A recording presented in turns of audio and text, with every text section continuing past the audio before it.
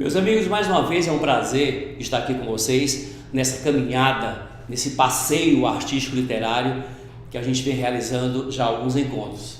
E temos como tema da aula de hoje um dos grandes clássicos da literatura mundial, o romance A Cidade e as Serras, do grande escritor Eça de Queiroz, português, um dos mais importantes representantes dessa escola, mundialmente falando. Então, mais uma vez aqui apresentando, autor Eça de Queiroz com A Cidade e as Serras. Obra esta publicada, por curiosidade, póstumamente. Veja que a data, 1901, corresponde, portanto, ao início do século XX, né? Iniciozinho do século XX. Porque o período áureo de Eça de Queiroz foi na segunda metade do século XIX. Período este em que as escolas literárias realismo e naturalismo reinavam. Eram as escolas top, eram as grandes escolas literárias do momento, na prosa, né, destacadamente, realismo e naturalismo. E o escritor Eça de Queiroz se tornou nada mais, nada menos do que o melhor, do que o maior representante dessas duas escolas em Portugal. E o seu sucesso foi se espalhando, né, perscrutando grandes espaços da Europa, como Paris, que até então era considerado o centro cultural da Europa, era Paris.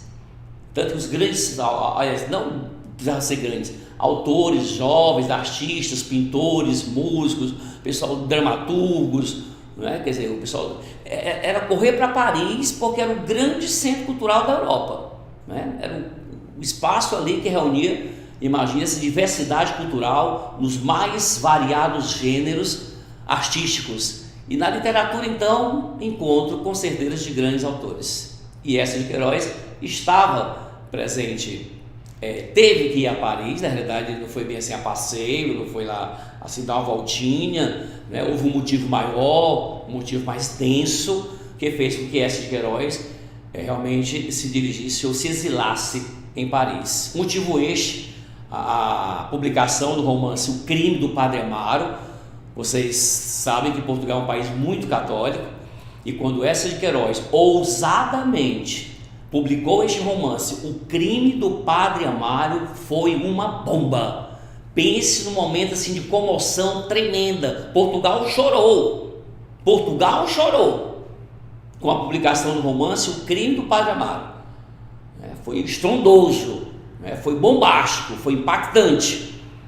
Porque, aliás, eu acho até que não deveria ser o título, ele não deveria ter colocado o crime, e sim Os Crimes do Padre Amaro. Porque o padre que destoa realmente um comportamento tradicional de um representante do sacerdócio. Aliás, era tudo que ele não tinha. O Padre Amaro era vocação para o sacerdócio. Ele tinha vocação era para o dinheiro, viu? Era para uma vida mundana, mais danadinha. Então, um padre realmente não muito comportado. Aliás, para ser mais sincero, bem ousado, bem atípico, bem materialista e bem hipócrita.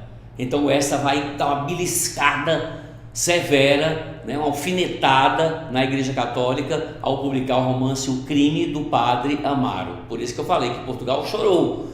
E olha, se ele não tivesse corrido para a Europa, se ele não tivesse, melhor, corrido para Paris, olha, no mínimo ele teria perdido a cabeça em Portugal, com o impacto desta obra. E aí foi o motivo dele ter se exilado e passou uma boa temporada em Paris, e lá teve contato com grandes escritores e foi amadurecendo o seu estilo, renovando o seu estilo. Tanto é que eu gostaria até de lembrar que essas duas escolas, realismo e naturalismo, que já estavam se espalhando pela Europa, atravessando oceanos, já chegando aos Estados Unidos, chegando ao Brasil, né, já nos meados, já no finalzinho do século XIX, chegava ao Brasil o realismo e naturalismo. Essas escolas que tinham como meta principal desmascarar a classe burguesa, mostrar a vida como ela é, sem tirar nem pôr. E daí essas escolas terem causado impacto não só em Portugal, não só em Paris, mas em todo lugar do mundo, por onde elas passaram, onde elas germinaram, onde elas afloraram. Por quê? Porque elas mexiam com os brilhos, com a moralidade, com a ética da sociedade dominante, que era o alvo deles. era justamente mostrar as falcatruas, era tirar a carapuça, né, da classe burguesa, da classe realmente economicamente abastada. Então foram escolas literárias que se tornaram polêmicas e que foram quantas edições, quantas publicações foram proibidas, porque justamente por causa desse impacto, por causa da ousadia demonstrada por esses jovens escritores, né, que, como eu falei, pretenderam utilizar a literatura, utilizando-a como arma de combate às instituições sociais consideradas decadentes, como o casamento e a igreja, como eu citei há pouco, a alfinetada que o escritor Eça de Queiroz deu na Igreja Católica através da publicação do romance O Crime do Padre Amaro. Mas não ficou por aí não, e eles vão aí procurar outros temas e vão vasculhar aí outros espaços e que vão incomodar muito a classe abastada, a classe dominante no mundo inteiro. Então se tornaram escolas realmente muito irreverentes, de uma irreverência iconoclasta, porque eles faziam isso com ironia, eles faziam isso com humor, com um senso de observação muito aguçado, uma verdadeira sátira, uma crítica social realmente detalhada, esmiuçada. E você pode até estar querendo perguntar, mas professor Fábio Coelho, quem lia? Não era a burguesia que tinha acesso às escolas, às universidades? Sim, o público realmente mais abrangente era a burguesia que tinha mais acesso à leitura da literatura que acontecia, né? Mas mesmo assim, é claro que o diferente causa o choque, mas eles iam concluindo, iam chegando a uma dedução de que por mais difícil que fosse encarar a verdade, era a verdade, sem tirar nem pôr, dolorosa, crua, né? Aquela coisa mesmo ali seca, rude, ríspida, pesada, mas era a verdade. Então engolindo a seco, como se diz numa linguagem mais coloquial, né? Uma linguagem mais do dia a dia, mas foram assimilando e foram se envolvendo e foram com o tempo arregalando os olhos, mas ao mesmo tempo prestigiando como esses autores estão conseguindo mostrar realmente a verdade da nossa classe, da nossa sociedade, né, da nossa vida, do nosso dia a dia, dos nossos costumes, e foi conseguindo sucesso e formando público, e assim a coisa foi acontecendo.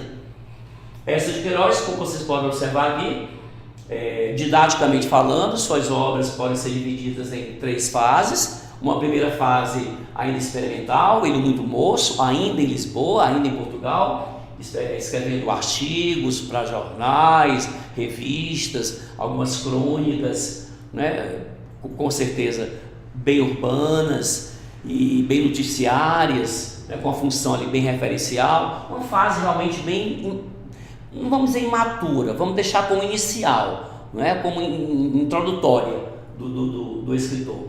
E aí ele vai amadurecendo e vai se identificando com o realismo de Flaubert. Vocês lembram que foi quem iniciou essa escola na Europa, Gustave Flaubert, com outra publicação polêmica que foi o romance Madame Bovary, e o Eça de Queiroz foi se encantando com esse tipo de literatura que tinha um compromisso com a sociedade, em mostrar, em denunciar, né? em fazer uma literatura, realmente desenvolver uma literatura engajada, uma literatura... Pessoa engajada, professor Fábio Coelho, o que é que se entende por literatura engajada? Uma literatura compromissada com as questões sociais, com os problemas do mundo, mas sem tirar nem pôr, sem ter que afastar o jarro do lugar, mostrar o que se tem para ver, tirar aqueles enfeites, aquelas idealizações românticas, demonstrando que estavam já saturados de romantismo, que não aguentavam mais, permitam-me a colocação, até de uma forma mais atrevida, daquelas mentiras românticas,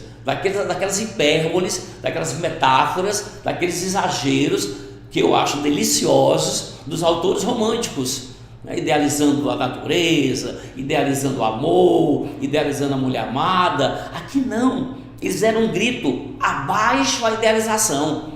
Agora uma literatura mais própria, uma literatura mais objetiva, uma literatura mais compromissada, né? Até porque surgiu uma nova classe social, não burguesa com certeza, que era a classe dominada, que era a classe operária, o proletariado. Então eles assumiram o compromisso de utilizar a literatura até como forma de defesa ideológica dessa classe menos favorecida, que foi a classe operária, que foi, como se diz, o proletariado. Então eles tinham essa benevolência, eles deram essa assistência artisticamente falando. E essa segunda fase dele, a que eu já estou referindo, que é fortemente realista, convém lembrar que quando se fala em realismo, é sempre bom lembrar que o naturalismo, que também foi uma escola literária, ela surgiu a partir do realismo. Então o naturalismo é como se fosse um subconjunto dentro do realismo, a ponto de você poder afirmar categoricamente que todo escritor naturalista é realista. Agora, nem todo escritor realista tinha, digamos assim, a obrigação ou sentia a necessidade de percorrer o mesmo caminho dos autores naturalistas. Professor Fábio Coelho, assim, o tempo não é muito, não sei o tempo não é tanto curto, mas se o senhor pudesse de uma forma objetiva, uma diferença básica entre o realismo e o naturalismo. Bem, eu diria em poucas palavras que o realismo como estilo de época, segunda metade do século XIX, caminhando mais para o finalzinho deste século, dividiu-se em 3 ramificações, em 3 direções: um realismo psicológico, um realismo cujo autor vai se preocupar em sua narrativa não tanto com o social, não tanto com o exterior do indivíduo, do ser humano, pelo contrário, um realismo intimista, um realismo introspecto, um realismo que vai vasculhar personalidade, caráter, carência, traumas. Então um realismo realmente muito maduro, e um realismo que acabou encanta até hoje muitos leitores no mundo inteiro, não tenha dúvida. Aqui no Brasil nós tivemos grandes representantes como mestre, né, desse realismo intimista, psicológico, que foi o Machado de Assis, conhecido como bruxo do Cosme Velho. Bruxo, entre aspas, pela capacidade que ele tinha realmente de vasculhar o interior do ser humano de uma maneira tão universal, tão realista, tão objetivo e tão verdadeiro.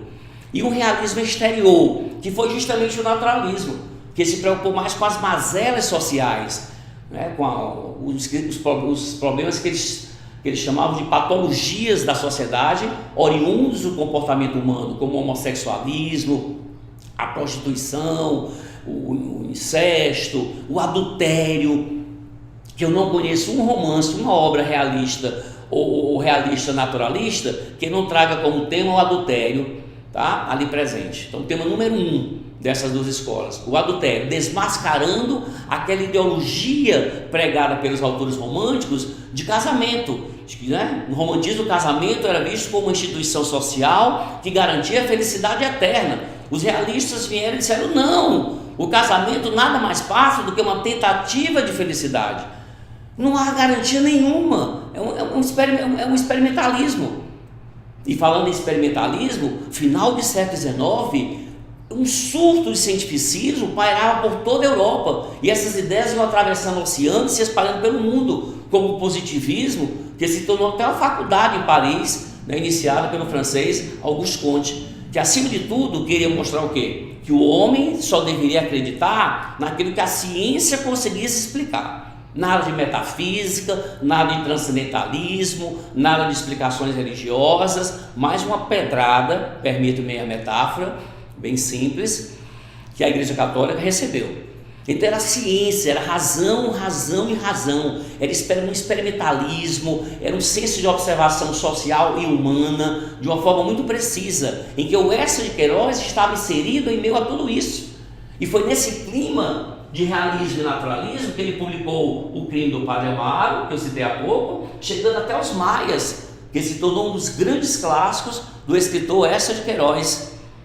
E aí vem a fase mais madura, segundo a maioria dos críticos, a maioria dos historiadores, que é a fase pós-realista, que vai desde a Ilustre Casa de Ramírez, que é um trabalho excelente, um trabalho realmente espetacular, super elogiado pela crítica, pelo público, até a Cidade e as Serras, que vamos agora parar um pouquinho para destrinchar, para detalhar um pouco mais esta obra que está aí na relação das universidades que almejamos, no caso a FUVEST, a Unicamp, né, que traz esse grande clássico. Então, professor Fábio Coelho, o romance A Cidade e as Serras trata de quê? Primeiro, quais são as personagens que merecem destaque? O narrador personagem, que eu gostaria que vocês não esquecessem, que vocês anotassem, o narrador personagem do romance A Cidade e as Serras, de Eça de Queiroz, chama-se José Fernandes. E o protagonista é o Jacinto, que posteriormente se casa com a Joaninha, que é uma moça bucólica, uma moça de origem campestre, é uma camponesa, prima, por sinal, do José Fernandes, né? E lembrando que tudo isso aconteceu ainda no século XIX, tá? Ainda no século XIX. Romance que foi publicado em 1901, o autor já havia morrido, portanto trata-se de uma publicação póstuma e se tornou um dos grandes clássicos, para alguns historiadores, a obra-prima de Eça de Queiroz, A Cidade e as Serras. Muitos consideram o Primo Basílio. Professor, o Primo Basílio, o senhor não anotou, se enquadra em qual das fases? Na experimental, na realista, na pós-realista? O Primo Basílio, um dos maiores sucessos, um dos romances mais populares, eu posso garantir a vocês, de Eça de Queiroz, enquadra-se na fase realista, naturalista. E que primo, viu? Este Basílio, eu estou colocando nesse tom de voz já para, se possível, estimular a leitura por parte de vocês, comprovando também mais uma forte ousadia do escritor Eça de Queiroz, o romance O Primo Basílio. Então são obras importantíssimas, tá? Que essas universidades, se escolherem Eça de Queiroz e com A Cidade e as Serras como um dos autores e obras que vão ser explorados nesse próximo vestibular, né, no final do ano, eles fazem referência a outras obras do autor. Daí eu estou fazendo essa explanação mais abrangente para que vocês tenham essa visão mais ampla, porque a FUVEST e a Unicamp, elas não se prendem tão somente assim, como se diz, ao pé da letra, literalmente, aquele autor, aquela obra que foi colocada ali na lista, não. Eles fazem intertextualidade, eles fazem intratextualidade. Por isso que eu estou me dando o trabalho de fazer toda essa apresentação, né? Quando agora eu vou parar em Cidade, como eu já estou parando em A Cidade e as Serras, para contar um pouco da história.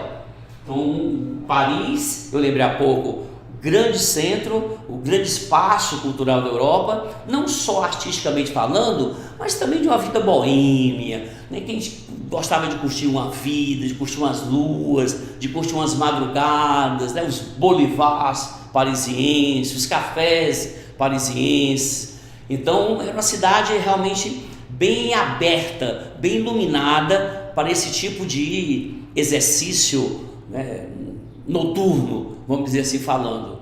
Não que durante o dia a cidade também não pegasse fogo, mas depois das 10, a cor, né, o comportamento, realmente as festas, os cabarés parisienses, os lugares festivos eram bem mais preenchidos, né, de uma versatilidade e de um dinamismo realmente muito presente. E aí nós temos A Cidade e as Serras. Ele faz justamente, e eu estou fazendo essa colocação para que vocês percebam o tema principal da obra A Cidade e as Serras, que é mostrar esse contraste, esse bifrontismo, este dualismo entre a vida eufórica, boêmia, noturna, na cidade que o Jacinto levava. O Zé Fernandes estava aproximadamente, acho que há uns 7, 8 anos, sem rever seu amigo Jacinto.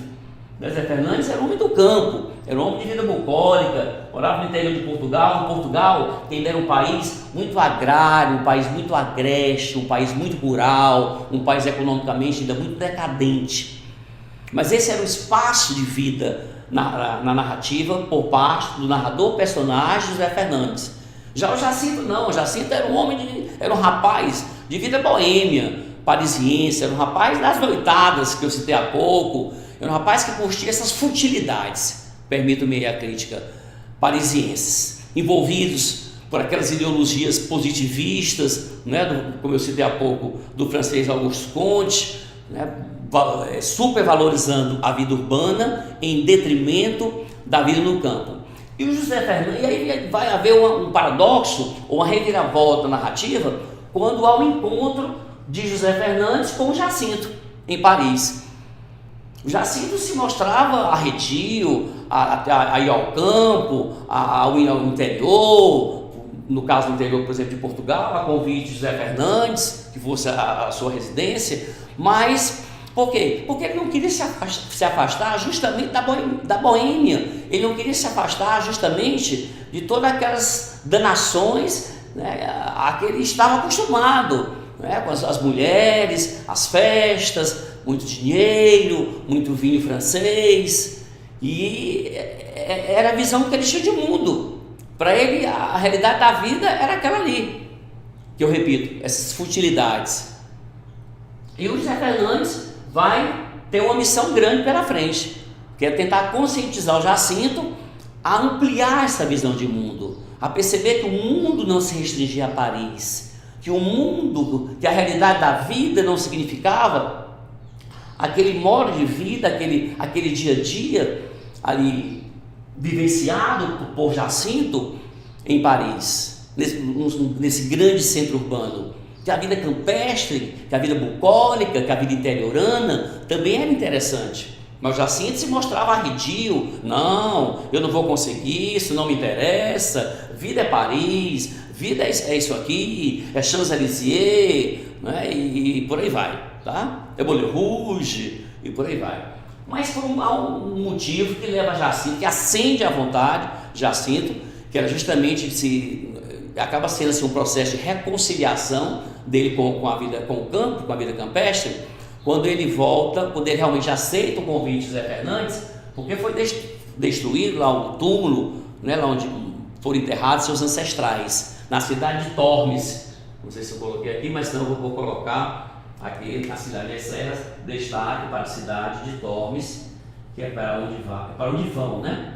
José Fernandes e Jacinto. E é da cidade de Tormes que ele conhece a Joaninha, com quem ele nunca imaginava, né, como eu falava ali há pouco, como eu fiz essa apresentação de Jacinto, ele nunca se imaginava de se casar com uma camponesa, uma moça tão rude, tão simples.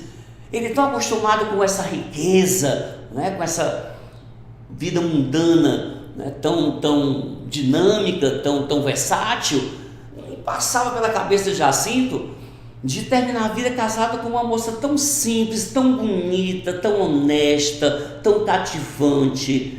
E acabou havendo essa reviravolta, não só na narrativa, como na cabeça do próprio protagonista, que é o Jacinto, em que ele nunca pensou que iria sentir prazer em viver no campo, como estava acontecendo.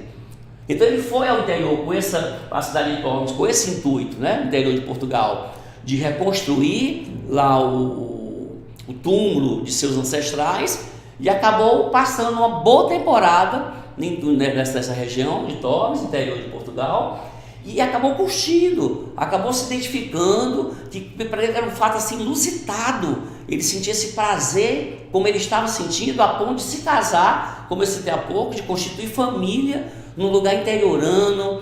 E esse passeio, essa visão, né, que ele vai mostrando de um Portugal histórico, ele, através do tempo da memória, ele vai relembrando a história de Portugal, ele vai relembrando paralelamente a sua história de vida, paralelamente às suas mudanças de história de vida, ele vai lembrando, passeando pelas veredas, né, interioranas de Portugal, na região de Tormes, fatos que vão transformando a realidade de Portugal e que vão também favorecendo a transformação de mudanças sociais, não só na Europa, como se fosse o caso no mundo inteiro.